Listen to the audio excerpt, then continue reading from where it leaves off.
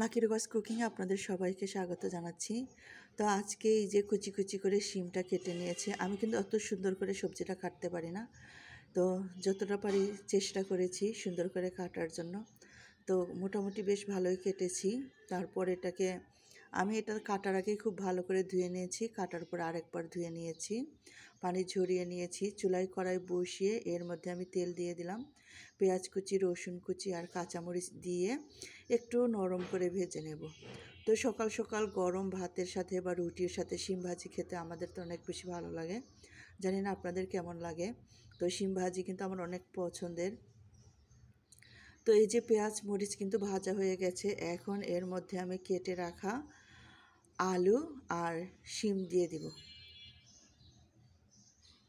আপনারা চাইলে এখানে আলু নাও দিতে পারেন, তো আমি একটু দিয়ে দিলাম। শিমটা হয় যেটা মানে একদম কমে যায়, একটু বেশি করে ভাজছি যেন দুপুর পর্যন্ত যায়।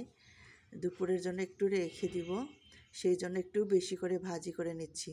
তো আলুটা একটু নাড়াচাড়া করে এই যে কুচি করে রাখা শিমটা দিয়ে এখন এটাকে বেশ ভালোভাবে নেড়ে চেড়ে রান্না করব। তো এখানে আপনি যে কোনো মশলা দিতে পারেন বা মশলা ছাড়াও করতে পারেন।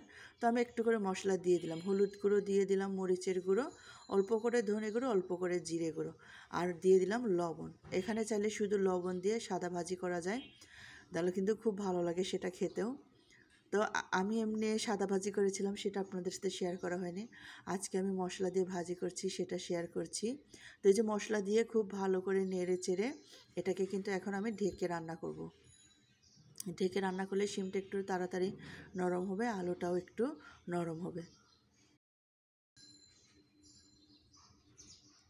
তো এই যে বেশ কিছুক্ষণ ঢাকনা দিয়ে রান্না করেছি, মাঝে একবার নাড়াচাড়া করেছি, ঢাকনা খুলে নিয়েছি, আবারও এটাকে নেড়েচেড়ে রান্না করব। এই মুহূর্তে আমি যেটা করব, আগুনটা একটু বেশি বাড়িয়ে নিয়ে ঘন ঘন নেড়েচেড়ে বেশ সময় নিয়ে এটাকে নাড়াচাড়া করব।